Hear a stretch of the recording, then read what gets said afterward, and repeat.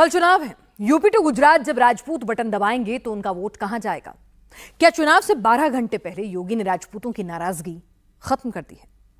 क्या पश्चिमी यूपी में ठाकुर मान गए हैं? आज योगी आदित्यनाथ इसी मिशन पर निकले हुए थे। मेरठ टू गौतम बुद्ध नगर राजपूतों को क्लियर मैसेज दिया। उधर अमित शाह ने गुजरात से मोर्चा संभाला। 102 सीटों पर मतदान से पहले राजपूतों की नाराजगी के फेक नैरेटिव के तिलिस्म को तोड़ा भी। देखिए ये रिपोर्ट। बहनों और भाइयों, बड़े उद्देश्य के लिए हमें स्थानीय उन विवादों को समाधान करना होगा। चुनाव में लोग आएंगे, तमाम प्रकार के लोग आएंगे। कोई जाति का सहारा लेगा, कोई क्षेत्र का सहारा लेगा, कोई तमाम अन्य सहारा लेगा।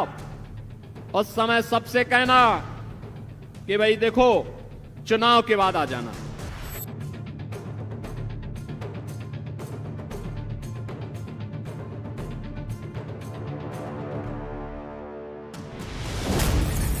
गुजरात से लेकर यूपी तक राजपूत मतदाता बीजेपी से क्यों नाराज हैं?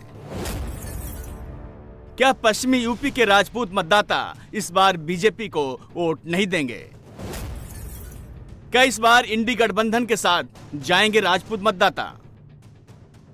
12 घंटे बाद लोकसभा के पहले फेज में यूपी की 8 लोकसभा सीटों पर मतदान होगा, लेकिन चुनाव से ऐन पहले इस गर्मी में ठाकुर समाज की नाराजगी ने बीजेपी की बेचैनी बढ़ा दी है। दरअसल गुजरात से उठी चिंगारी अब पश्चिमी यूपी में भी भड़कने लगी है। केंद्रीय मंत्री और गुजरात के राजकोट से बीजेपी कैंडिडेट पुरुषोत्तम रूपाला के बयान से शुरू हुआ सिलसिला अब टिकट बंटवारे में अनदेखी तक पहुंच गया है। सबसे पहले देखिए रूपाला ने क्या कहा था। दूसरों ने भी काफी राज किया, अंग्रेजों ने भी काफी राज किया और उन्होंने दमन करने में कोई कमी नहीं छोड़ी थी और महाराजा तक उनके सामने झुक गए थे। उन्होंने भी अंग्रेजों के साथ रोटी बेटी के रिश्ते रखे, लेकिन मेरे रुखी समाज ने ना तो धर्म बदला ना ही कोई संबंध। उनका तो सबसे ज्यादा दमन किया गया था, लेकिन वो विचलित नहीं हुए थे। ये हजारों सालों बाद राम उनके भरोसे पर आए हैं, ऐसे ही नहीं आए हैं। उस दिन भी वो उनकी तलवारों के आगे नहीं झुके थे। वो तो छोटे लोग थे, लेकिन वो ना डर से टूटे ना लालच में पड़े। वो अडिग खड़े रहे। ये सनातन धर्म है, उसके ये वारिस हैं। हमें उन पर मान है। मुझे तो आपके लिए गौरव है। वारसदारो जो हमने तुम्हारा माटे मान छे, मने तो तुम्हारा माटे गौरव छे। पश्चिमी यूपी में ठाकुरों की बीजेपी से नाराजगी की वजह सिर्फ रूपाला का बयान ही नहीं है, बल्कि बीजेपी के टिकट बंटवारे में अनदेखी का भी मुद्दा है। केंद्रीय मंत्री वीके सिंह का टिकट कटना और संगीत सोम जैसे ठाकुर नेताओं को टिकट नहीं मिलना, साथ ही सम्राट मिहिर भोज को गुर्जर बताना आग में घी डालने का काम किया है।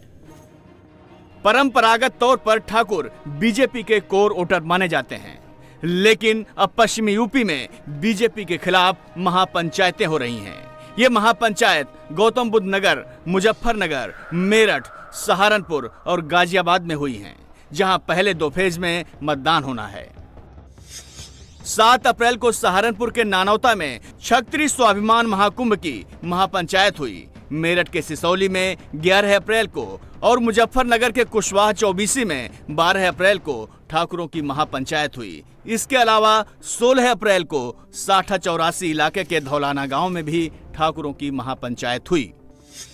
इन पंचायतों में बीजेपी विरोधी नैरेटिव बनाया जा रहा है। बीजेपी को हराने वाले कैंडिडेट को वोट करने का आह्वान किया जा रहा है।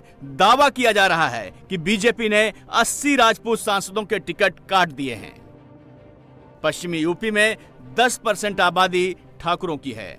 ऐसे में पहले फेज की वोटिंग से ऐन पहले पश्चिमी यूपी की लोकसभा सीटों पर ठाकुर मतदाता बीजेपी को नुकसान पहुंचा सकते हैं।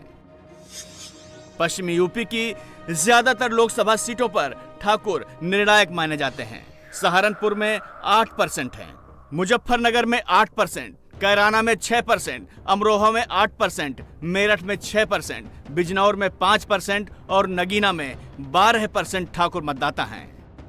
पिछली बार पश्चिमी यूपी से बीजेपी ने 3 ठाकुर कैंडिडेट पर दांव लगाया था, लेकिन इस बार सिर्फ एक को टिकट दिया है, जहां बीजेपी को नुकसान का सामना करना पड़ सकता है। पहले और दूसरे फेज में बीजेपी ने ठाकुर बहुल वाली 8 सीटों में से सिर्फ एक पर ठाकुर कैंडिडेट उतारा है, वो भी मुस्लिम बहुल मुरादाबाद की सीट है। इस सीट से बीजेपी ने कुंवर सर्वेश सिंह को मैदान में उतारा है। सहारनपुर से ब्राह्मण राघव लखनपाल को, मुजफ्फरनगर से जाट संजीव बालियान को, कैराना से गुर्जर प्रदीप चौधरी को, रामपुर से ओबीसी घनश्याम लोधी को, पीलीभीत से ब्राह्मण जितिन प्रसाद को, गाजियाबाद से वैश्य अतुल गर्ग को और गौतम बुद्ध नगर से ब्राह्मण महेश शर्मा को टिकट दिया है।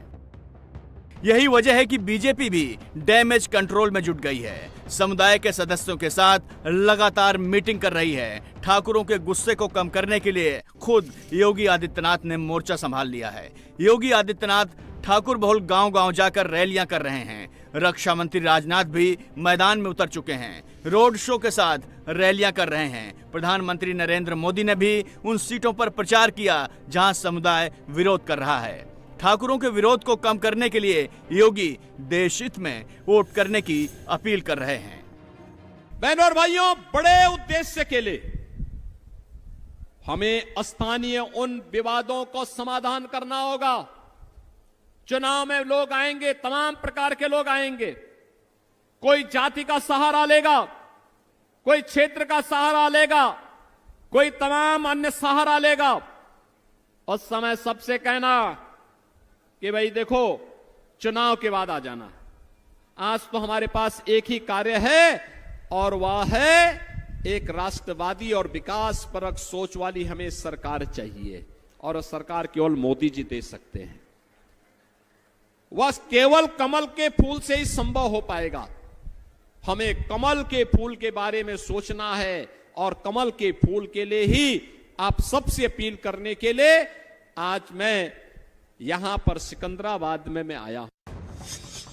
18 अप्रैल को मुख्यमंत्री योगी मेरठ के क्षत्रिय बहुल गांव सिसौली और गौतम बुद्ध नगर में जनसभा की। उधर बीजेपी के राज्यसभा सदस्य विजयपाल तोमर और नोएडा विधायक पंकज सिंह को मेरठ के 3 ठाकुर बहुल गांव में डेरा डालकर तपिश खत्म करने को कहा गया है।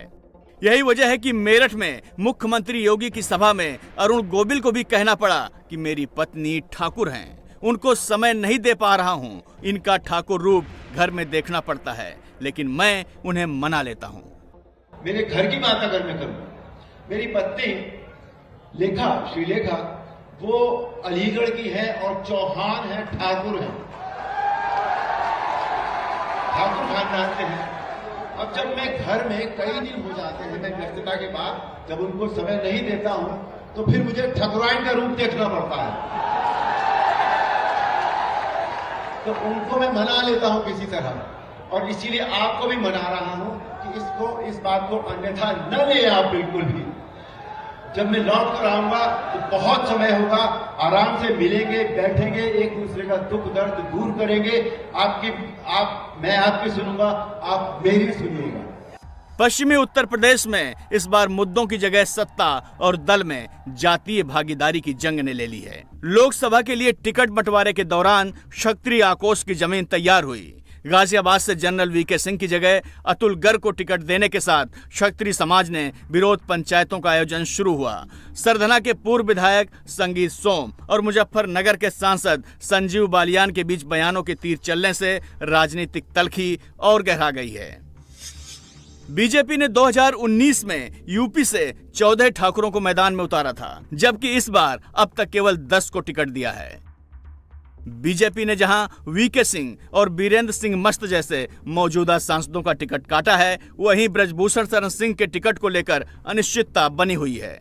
दिनेश प्रताप सिंह ने 2019 में रायबरेली से चुनाव लड़ा था, लेकिन इस बार यहां से उनके लड़ने की संभावना न के बराबर है। ठाकुरों के विरोध का फायदा इंडी गठबंधन के नेता भी उठाने में लगे हैं। सपा और कांग्रेस के नेता दावे कर रहे हैं कि ठाकुर हमें वोट कर रहे हैं। सहारनपुर से कांग्रेस कैंडिडेट ने तो ट्वीट कर राजपूत समाज का समर्थन मिलने का दावा भी कर दिया। वहीं बीजेपी नेता कह रहे हैं कि इंडी नेता ये नहीं समझ रहे हैं यूपी में राजपूतों के सबसे बड़े नेता योगी आदित्यनाथ खुद मुख्यमंत्री हैं और राजनाथ सिंह रक्षा मंत्री। ऐसे में नाराजगी भले ही हो, लेकिन ठाकुर वोटर्स बीजेपी के साथ ही रहेगा।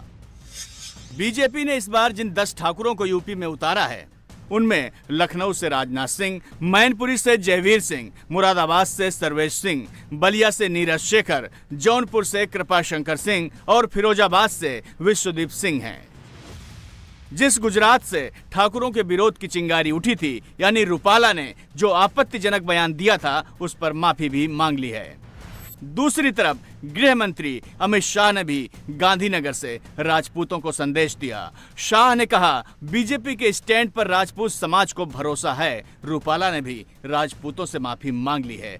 ऐसे में नाराजगी की कोई बात ही नहीं रह जाती। बात पे पूछना चाहता हूँ, अभी आपने देखा होगा पिछले कुछ दिनों का जो घटनाक्रम था, क्षत्रिय समाज थोड़ा नाराज है, कैसे मनाएंगे? देखिए, रूपाला जी ने बहुत स्पष्टता से असंदिग्ध रूप से माफी मांग ली है और मैं मानता हूं उनको माफ करेगी।